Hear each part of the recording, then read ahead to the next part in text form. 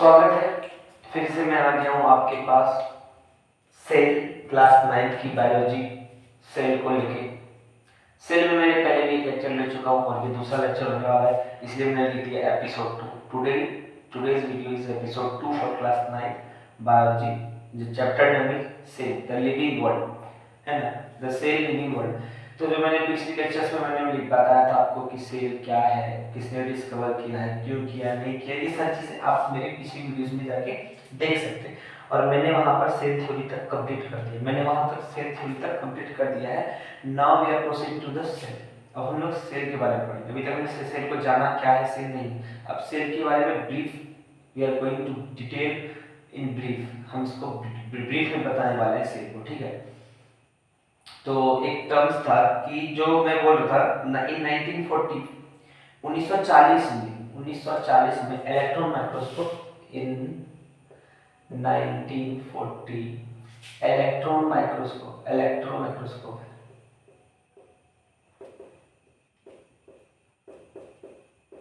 was discovered यानी electron microscope 1940 में discover हो चुका था, ठीक है। इलेक्ट्रॉन माइक्रोस्कोप 1940 में डिस्कवर हो गया था। 1665 में जब रॉबर्ट हुक साहब ने पहली बार सेल को ढूंढा था, तो जो उन्होंने उस समय उस सेल को ढूंढा था, तो वो उन्होंने खुद से बनाए हुए माइक्रोस्कोप को देखा था। उसके बाद एंटोन वॉन लीeuwenhoek साहब की जो उनकी अपनी रुचि थी, ग्लास पे काम करते थे, उन्होंने फिर माइक्रोस्कोप को डिजाइन किया, डिस्क्राइब किया और उन्होंने अच्छे से बनाया, जिसमें उन्होंने फिर लिविंग सेल, और जो लिविंग सेल उन्होंने देखा था पॉन्ड वाटर में, उन्होंने पॉन्ड के वाटर में देखा था फर्स्ट टाइम लिविंग सेल, ठीक है। तो अगर ये क्वेश्चन आ जाएगा कि first time where he sees the living cells, तो उन्होंने कहां से देखा था, पॉन्ड वाटर से देखा था, ठीक है। 1940 में फाइनली माइक्रोस्कोप जो था वो डेवलप हो चुका था। 1940 में जो है माइक्रोस्कोप जो फाइनली था वो डिस्कवर हो चुका था, ठीक है।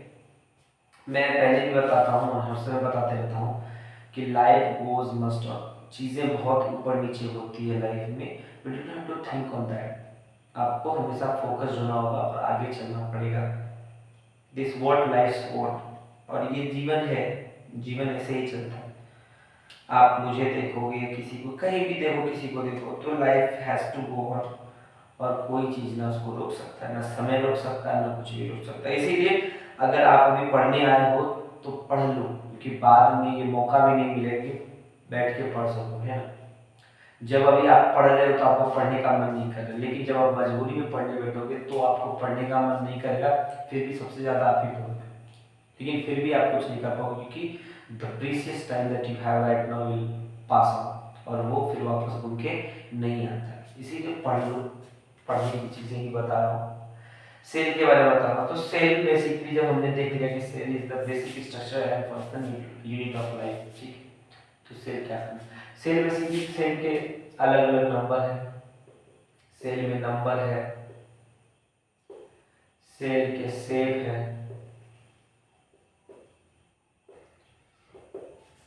ठीक है। सेल के नंबर, सेल के पहले नंबर देखते हैं, फिर शेप देखेंगे, अलग अलग डिफरेंट शेप है सेल के, और फिर लास्ट में जो थर्ड वन होगा वो काफी अलग है, इसलिए मैं उसको भी नहीं लिख रहा हूँ, क्योंकि मैं पहले नंबर को डिस्क्राइब करूंगा, फिर सेल को डिस्क्राइब करूंगा, then will go on the next, ठीक है। तो नंबर को डिस्क्राइब करने से पहले जो एक चीज मैंने बहुत पहले ही आपको लिखा है, बताया होगा, यूनिसेलुलर और मल्टीसेलुलर। क्या क्या बताया, यूनिसेलुलर और मल्टीसेलुलर। मैंने क्या क्या बताया, सेल दो तरह के हो सकते हैं, यूनिसेलुलर और मल्टीसेलुलर।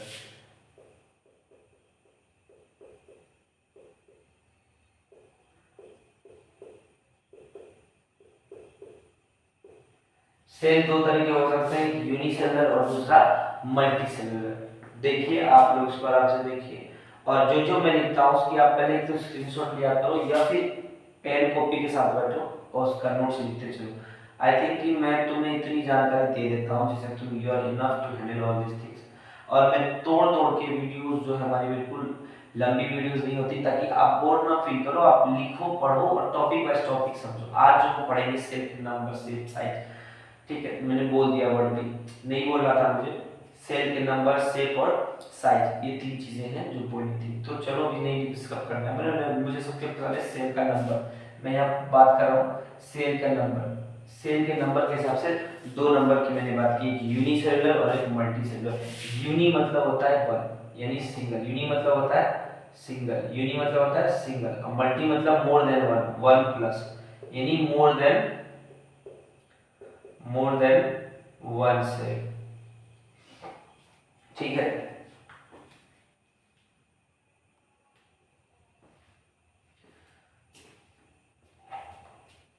मैंने डेफिनेशन लिख के रखा है। यूनिसेलुलर, यहाँ बात हो रही है यूनिसेलुलर। यूनिसेलुलर मतलब one single, organism which are made up of single cell. वैसे ऑर्गेनिज्म जो सिंगल सेल से बनते हैं, वैसे ऑर्गेनिज्म जो सिंगल सेल से बनते हैं उन्हें हम लोग बोलते हैं यूनिसेलुलर। एग्जांपल्स आपके होंगे bacteria, protozoa, plasmodium, parameciums etcetera etcetera etcetera. ठीक है, बहुत कुछ है। Multicellular, organisms which are made up of more than one cell, which are made up of more than one cell is called multicellular। organisms which are made up of more than one cell called multicellular। इसके example हो गया मैं, आप, घोड़ा, कुत्ता, बिल्ली, जितने भी आपको जानवर दिख रहे हैं जो आप अपने नेकेड आई से देख पाते हैं, लगभग सारे के सारे क्या होते हैं मल्टीसेलुलर। और जितने जानवर लगभग आप अपनी आंखों से नहीं देख पाते, most of them are unicellular, यानी वो सिंगल सेल से, इतने छोटे सेल से बने एक छोटा सेल, एक सेल, तो उससे आप क्या अपनी आंखों से क्या देख पाएंगे, नहीं देख पाएंगे। ठीक है, तो ये हो गया सेल नंबर, यानी सेल के नंबर के हिसाब से दो तरह के सेल होते हैं, एक यूनिसेलुलर होते हैं और एक मल्टीसेलुलर होते हैं। एक यूनिसेलुलर होते हैं और एक मल्टीसेलुलर होते हैं। ये दोनों का डिफरेंस अगर ऐसे आएगा तो इसको नॉर्मल वे में लिख सकते हो कि unicellular are those kind of cells, cellular are those kind of cells which are made up of only single cells like paramecium, bacteria, protozoa, etc. etc. Organisms which are made up of more than one cell are called multicellular। Example humans, animals में कोई भी नाम दे दो, cat, rabbit, dog, जो भी देना है दे दो। तो यहाँ हम सेल नंबर की बात करते हैं, तो हम सेल नंबर भी लगभग almost we have done cell number. ठीक है, तो सेल नंबर भी हम सेल के बेसिस पे दो तरह के होते हैं, यूनिसेलुलर और मल्टीसेलुलर। यूनिसेलुलर और मल्टीसेलुलर, तो हम सेल नंबर को इमिट आउट करते हैं। जितने लोग ने नहीं लिखा अभी तक, प्लीज टेक अ स्क्रीनशॉट और राइट डाउन। मूविंग अहेड, आगे बढ़ता हूं, क्योंकि देखो मैं यहाँ पर चैनल बनाया हूँ YouTube पे, क्योंकि YouTube पे बहुत सारे ऑलरेडी चैनल्स हैं और बहुत अच्छे अच्छे बड़े बड़े चैनल्स हैं। उसके बाद भी मैं अगर यहाँ पर चैनल बनाऊँ, इट मीन्स की that I want something that I have what I have, I want to share it to you guys, because I think knowledge is can't be bounded. Knowledge को कोई बांध नहीं सकता, और नॉलेज को जितना खोलोगे नॉलेज तुम्हारे पास उतना आएगा। So here I have this script या thesis, whatever you can say it. Now हमने सेल नंबर पढ़ लिया था, अब है दूसरा सेल का सेल, सेल का सेल। ठीक है, अभी सेल नंबर और सेल का सेल, देखो हर कोई सेल जो है, जितने भी सेल हैं सबके अलग अलग सेल होते हैं, और ऐसा नहीं कि हर सेल का अलग अलग काम होगा।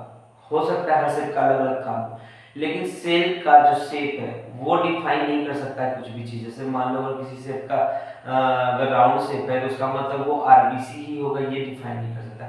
But every cell has a different functions. हर सेल, हमारा जो बॉडी बना हुआ है, हर सेल को अलग अलग काम है। ये वाला चार्ट आप लोगों ने बहुत पहले पढ़ा होगा, आई थिंक नहीं भी पढ़ा तो भी पढ़ लो। सेल, टिश्यू, मैंने शायद पिछली चैट वीडियोस में आपको बताया था, cell, tissue, organ system, last में ऑर्गेनिज्म। ये बात की टेबल आप पहले से याद कर लो या रट लो, या फिर जहां जो देखना है समझना है समझा। हम लोग समझे जाना सेल, तो सेल से क्या बनता है टिश्यू, यानी एक group of cell from tissue, यानी एक सेल का समूह बनेगा तो वो टिश्यू कहलाएगा। एक group of cell from tissue, और जब टिश्यू बन जाता है तो वही एक ग्रुप ऑफ टिश्यू, यानी एक तरह का, यानी सेल का डेफिनेशन क्या है, एक particular structure and basic fundamental unit of life, यानी कोई फंडामेंटल यूनिट ऑफ लाइफ है। अगर ये ब्रीथिंग का काम कर रहा है तो ये ब्रीथिंग वाला सेल फॉर्म करेगा, टिश्यू बनाएगा। वो जो टिश्यू है सब टिश्यू को बेसिकली काम क्या होगा, ब्रीथिंग में इन्वॉल्व रहेगा। तो उससे वो एक ऑर्गन बनाएगा जो होगा लंग्स, उससे वो एक ऑर्गन बना देगा जो ऑर्गन कहलाएगा हमारा लंग्स। वो लंग्स फिर जाके हमारे नेजल कैविटी के साथ एक सिस्टम करेगा जिससे हम सांस ले रहे हैं छोड़ रहे हैं, ठीक है। There is some wind pipe trachea that all indulge and form a system, जो सब मिलकर एक सिस्टम बनाएंगे and that system is called respiratory system या ब्रीथिंग सिस्टम। और ऐसे करके बहुत सारे सिस्टम लेके क्या बनाते हैं organism like me you and everyone. तो ये सारा एक नॉर्मल बेसिक चार्ट है जो आप सबों को याद होनी चाहिए और समझ होनी चाहिए। तो पहले आप ये सब चीज राइट डाउन करो, ठीक है, आप ये राइट डाउन करो।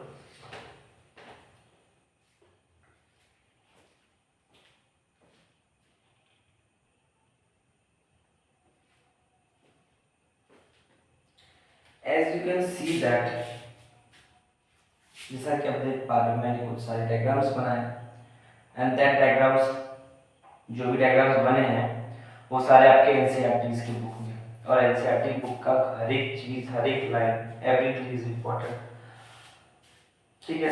तो ये मेरा सेल का सेल बनाने का उद्देश्य है। तो पहले हम चीजों को समझते हैं। नर्व सेल है, ठीक है, नर्व सेल ये हमारे बॉडी का एक पार्ट है, वो ये ब्लड सेल्स है, आरबीसी हो गई। स्मूथ मसल सेल्स, मसल्स में जो हमारे सेल होते हैं तो वो कैसे सेल होते हैं, स्ट्रेटिफाइड सेल होते हैं, ठीक है। तो वो स्ट्रेटिफाइड है तो इसको स्मूथ मसल सेल्स करें, इसको क्या करें, स्मूथ मसल सेल्स। ये ओवम हो गया, यानी अंडे के अंदर जो सेल है वो उसको सेल को बोलते हैं ओवम सेल। ये स्पर्म सेल्स है, यानी मेल गैमेट है। ये बोन सेल है, और ये लास्ट वाला फैट सेल है। थोड़े मौसम चेंज होने के कारण इवन see कि मैं I'm not looking more energetic because of illness I have suffering from। in nerve cell, ये भी हमारे बॉडी का जितने सेल्स आपको दिख रहे हैं, this all cells are related to our bodies and they have different shape like nerve cells look like long cell, have a long cylindrical body। blood cells present in blood, muscle cells आपको सबको पता ही है, अंडे में ओवम्स हो गया, sperm cells में gamete हो गया, बोन में कैसा सेल होता है वो पाता है। ये सारे डिफरेंट शेप है, यानी ये चीज कह सकते हैं सेल अलग अलग शेप हो सकता है, cell has a different kind of shape but every shape has a specific features, but every shape has not a fixed features. हर एक शेप का एक फिक्स्ड फीचर्स नहीं हो सकता। जैसे आपको मैं चीज एक्सप्लेन करता हूँ बाद में, पहले ये देखो नर्व सेल है, इसका एक स्पेसिफिक फीचर से लंबा है, तो इसको ये जब हमारे बॉडी में जो इलेक्ट्रिक सिग्नल को पास कराता है, केमिकल सिग्नल इलेक्ट्रिकल सिग्नल, ये हमारी बॉडी को ये पहुंचाता है, ठीक है।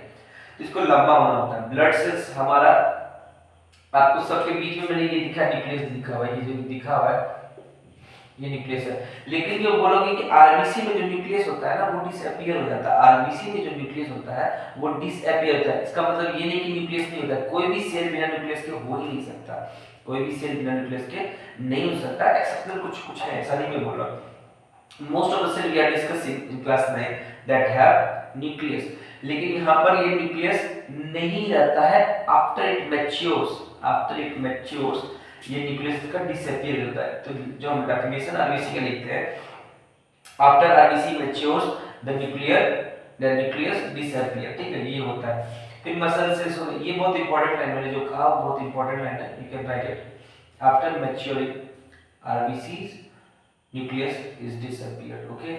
ओवम सेल, अंडे का ओवम, स्पर्म सेल, ये सारे सेल है डिफरेंट सेल, और हर एक का अलग अलग काम है। इसका काम है सिग्नल पहुंचाना, इसका काम है ब्लड में मेंटेन रखना ब्लड को, स्मूथ मसल्स यानी मसल्स में हेल्प करना कॉन्ट्रैक्शन रिलैक्सेशन में। ओवम का काम है अंडे बिल्कुल अच्छे हो, हेल्दी हो, उसको तैयार करना। यानी सेल, उसमें जो सेल है माइटोकॉन्ड्रिया, वो अंडे में जो भी चीज जैसे बेबी फॉर्म होगा तो उसको अच्छे से प्रोटेक्शन देना। स्पर्म सेल आपका हेल्प करेगा टू फर्टिलाइज, बोन सेल आपका हेल्प करेगा to strength, give strength, fat cells help to store adipose और फैट है ना, ग्लाइकोजन स्टोर करने में काम आएगा। These are the different cells and has different function। But एक चीज और मैं जो आपको बताने वाला हूँ, जैसे कि बैक्टीरिया में अमीबा लिख लेते हैं, हम क्या ले लेते हैं अमीबा, मान लीजिए अमीबा क्या है, सीडोपोडिया। अमीबा क्या है, सीडोपोडिया। अमीबा क्या हो गया, अमीबा ये भी हो सकता है, अमीबा का स्ट्रक्चर ये भी बना सकते हैं, अमीबा का स्ट्रक्चर ये भी बना सकते हैं, अमीबा हम ये भी बना सकते हैं, है ना। अमीबा का हम जैसा मन वैसा स्ट्रक्चर बनाते हैं। Amoeba has no fixed, it is irregular, जैसे बनता है ऐसे बनता है ये अमीबा, ठीक है। Amoeba has no fixed, amoeba is irregular, amoeba is pseudopodia, amoeba के पास कोई पैर नहीं है। तो यहाँ पर जो इसका है सेल जो है वो एक फिक्स शेप नहीं दे पा रहा है अमीबा के केस में, इसको कोई फिक्स शेप है ही नहीं। But we have discuss cell shape, यानी शेप सब सेल का एक शेप होता है, लेकिन अमीबा के केस में है जिसमें कोई फिक्स शेप है ही नहीं, ठीक है।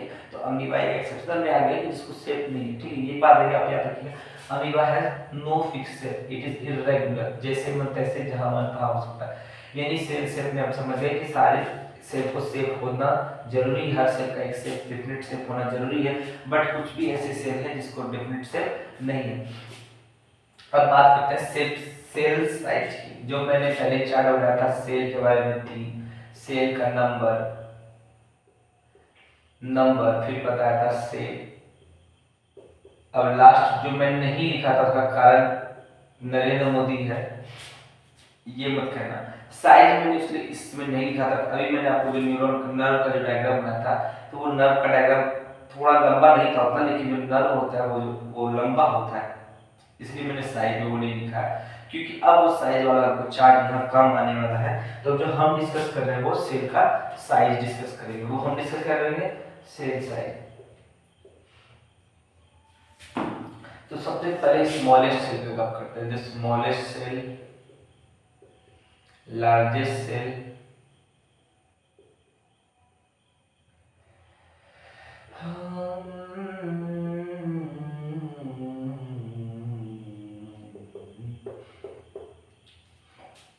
स्मॉलेस्ट सेल कौन सा होता है, माइकोप्लाज्मा।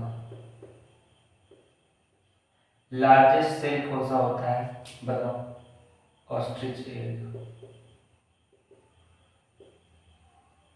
लॉन्गेस्ट सेल जो होता है वो होता है हमारा नर्व सेल।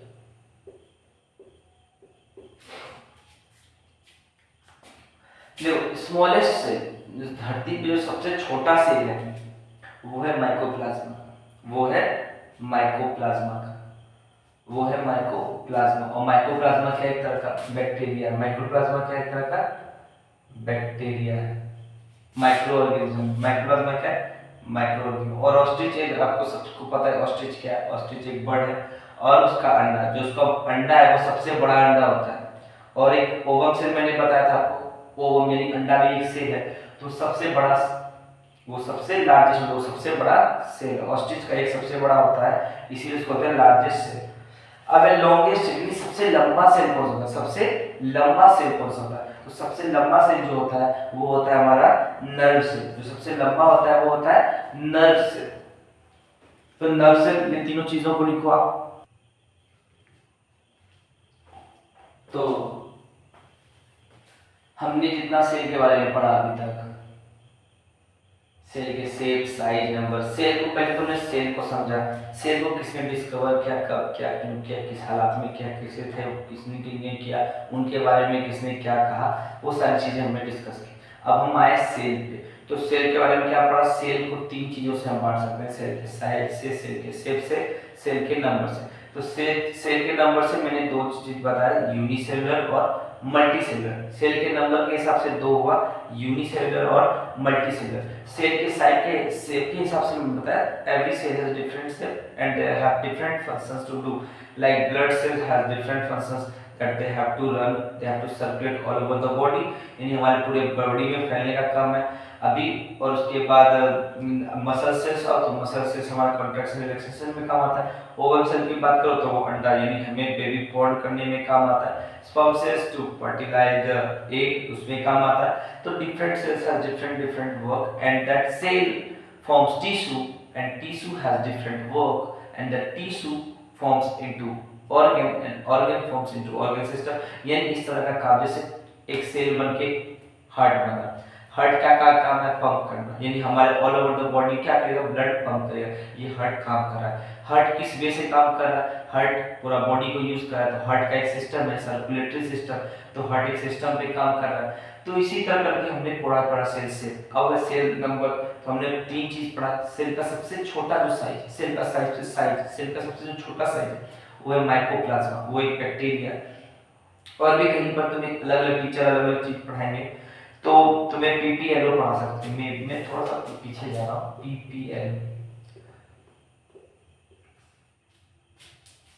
पीपीएलओ पढ़ाएंगे। इसका तो पहले बहुत को नाम भी नहीं पता, फिर भी मैं बताता। न्यूमोना प्लेरोनो वायरस, ये इसका नाम है वायरस। ये क्या है? ये वायरस है। और जब हम सेल की वायरस क्या है, जब किसी को ये डीप नॉलेज होगी तभी बता पाएगा। वायरस एक लिविंग बॉडी है, और जब हम सेलुलर ऑर्गेनाइजेशन की बात करते हैं तो वो एक लिविंग बॉडी होने जरूरी है, तभी हम सेल की बात करेंगे। तो वायरस ना तो लिविंग है ना तो नॉन लिविंग है। अगर कहा जाए तो वायरस लिविंग है तब लिविंग है जब किसी बॉडी के अंदर आ जाए। वायरस नॉन लिविंग थिंग है जब वो फ्री एनवायरनमेंट में।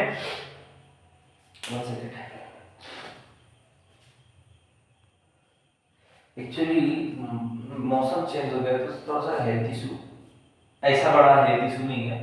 ठीक है चलो। तो पीपीएलओ यानी प्यूरोनिमोनिया लाइक ऑर्गेनिज्म, ये क्या एक वायरस है। वायरस कभी भी सेल के एग्जांपल में नहीं आ सकता। सबसे छोटा सेल जब बात करूंगा तो हमेशा माइकोप्लाज्मा आता है, बट तुम्हें कई जगह पर कुछ जगह पर कोई बुक्स लिख देते हैं ऐसे, इसीलिए मैं बोलता हूं एनसीईआरटी को लिखे। जो एनसीईआरटी हमेशा माइकोप्लाज्मा को बोलती है क्योंकि माइकोप्लाज्मा सबसे छोटा सेल है। और पीपीएलओ जो है प्यूरो निमोनिया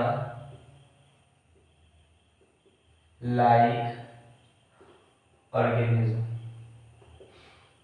है ना, ये जो एक वायरस है, ये जो है एक वायरस है। 0.1 से 0.12 इसका साइज हो सकता है, और जो वायरस है जिसकी बात करें माइक्रोप्लाज्मा वो 0.15 है। ठीक है, तो साइज में वो बड़ा है, पीपीएलओ सबसे छोटा है, लेकिन ये वायरस होने के कारण ये एग्जांपल में नहीं आता। ये एग्जांपल में नहीं आता। If you have options like PPLO and mycoplasma both, then you have to tick only mycoplasma not PPLO. अगर माइकोप्लाज्मा इस ऑप्शन में दिया ही नहीं तब पीपीएलओ दिया तब you can write, otherwise you can't. ठीक है, तो हमने बता दिया सेल के शेप और साइज और नंबर।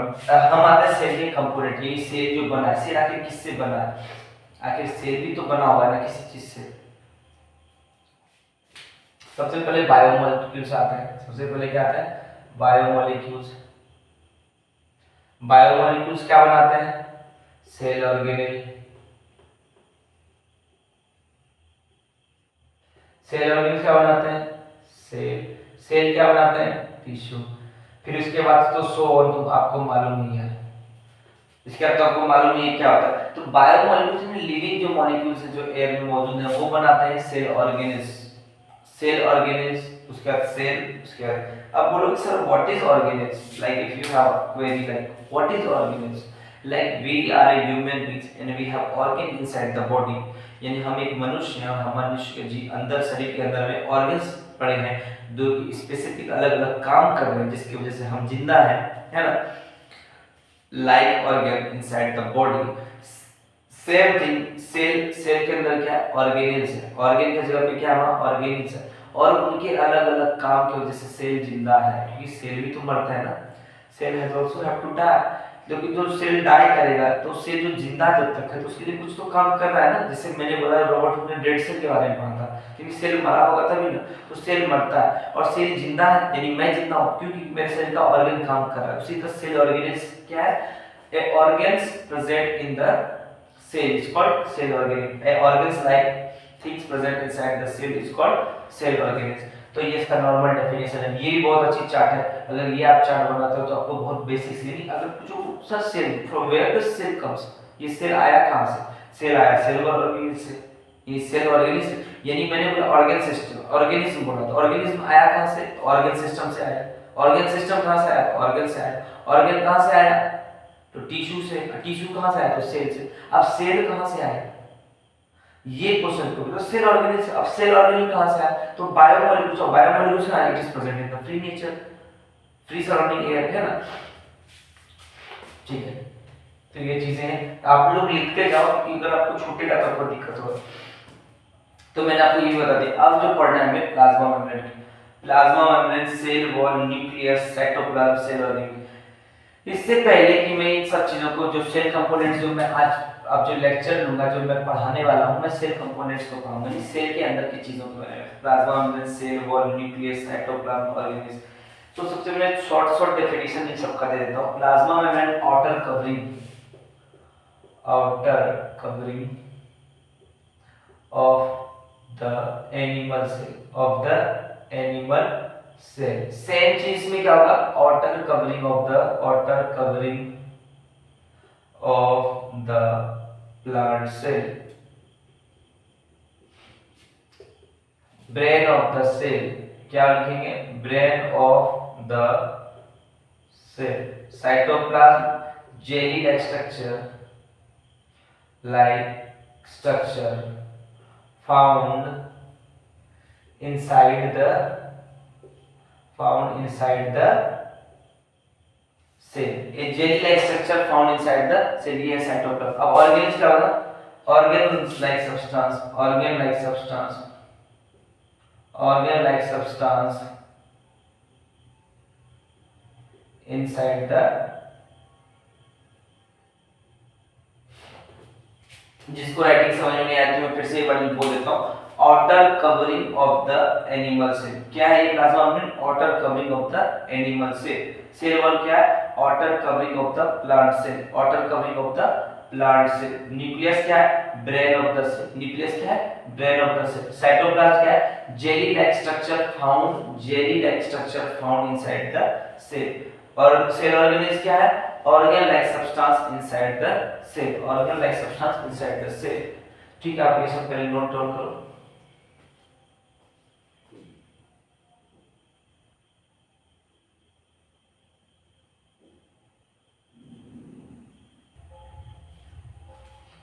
आई होप कि आप सबों ने लिख लिया होगा।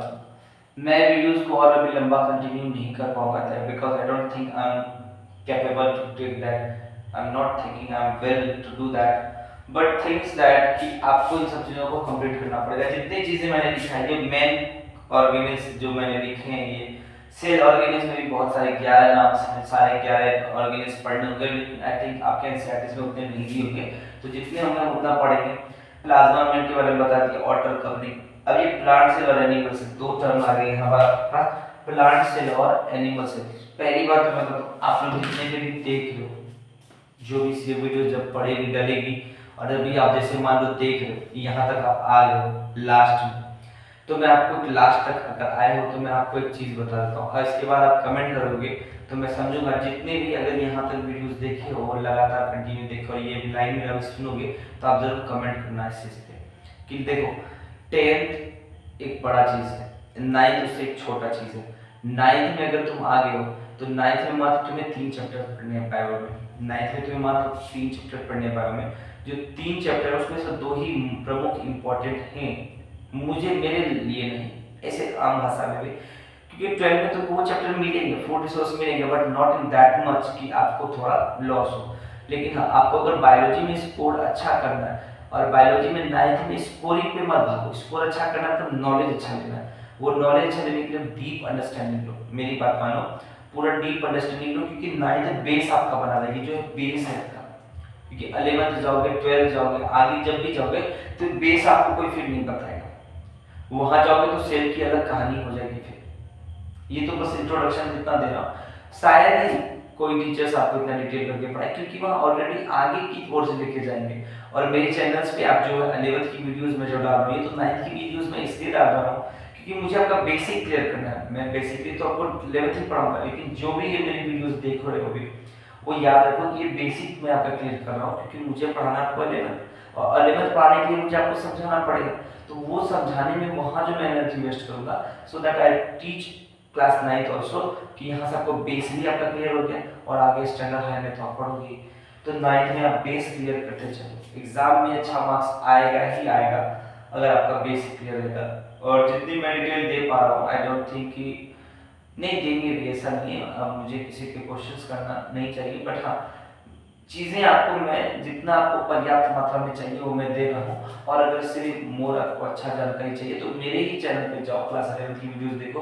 तो जितने लोग यहाँ पर इतना देर मेरा सुने तो एक बार जरूर बोलना कि हाँ मैंने जो बात कही आपको सही कही, कि क्लास 9th में आपको बेस बनाना चाहिए, ना कि स्कोर। स्कोर पे ध्यान दो, लेकिन वो बेस सिस्टम से रट्टा नहीं मारना है। क्लास 9 के लिए आपको समझना है चीज़ों को। अगर इस बात से आप एग्री करते हो तो एग्री को कमेंट में।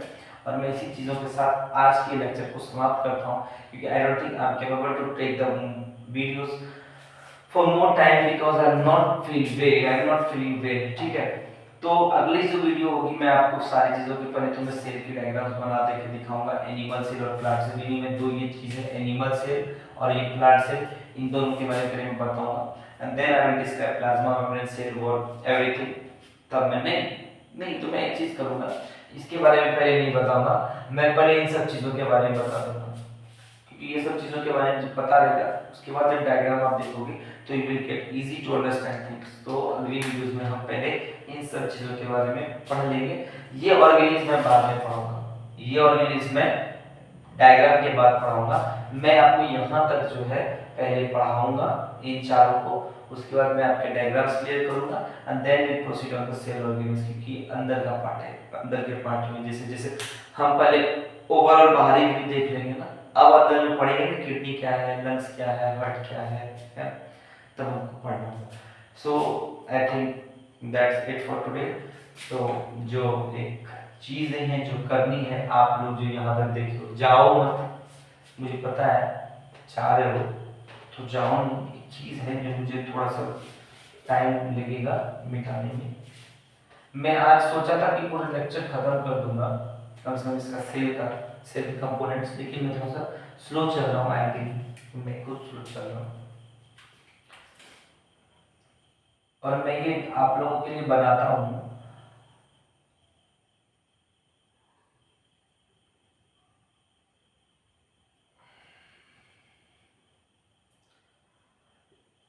ये थोड़ा सा चीज़ें हैं जो आप लोगों को करना चाहिए, क्योंकि कोई भी बच्चा अगर यहाँ तक आया और मेरी वीडियोस देखा, और अगर आपको लगता है कि वाकई मेरी वीडियोस की क्वालिटी में दम है, मैं आपको समझा पा रहा हूँ, तो please hit the subscribe button, like my videos, hit the bell icon so that you get the notification whenever I upload the video। तो इन सब चीज़ों के बारे में आपको जानकारी रहेगी। बस इतना ही कुछ कहूँगा, और अगली वीडियो में फिर मिलेंगे, तब तक के लिए बाय बाय।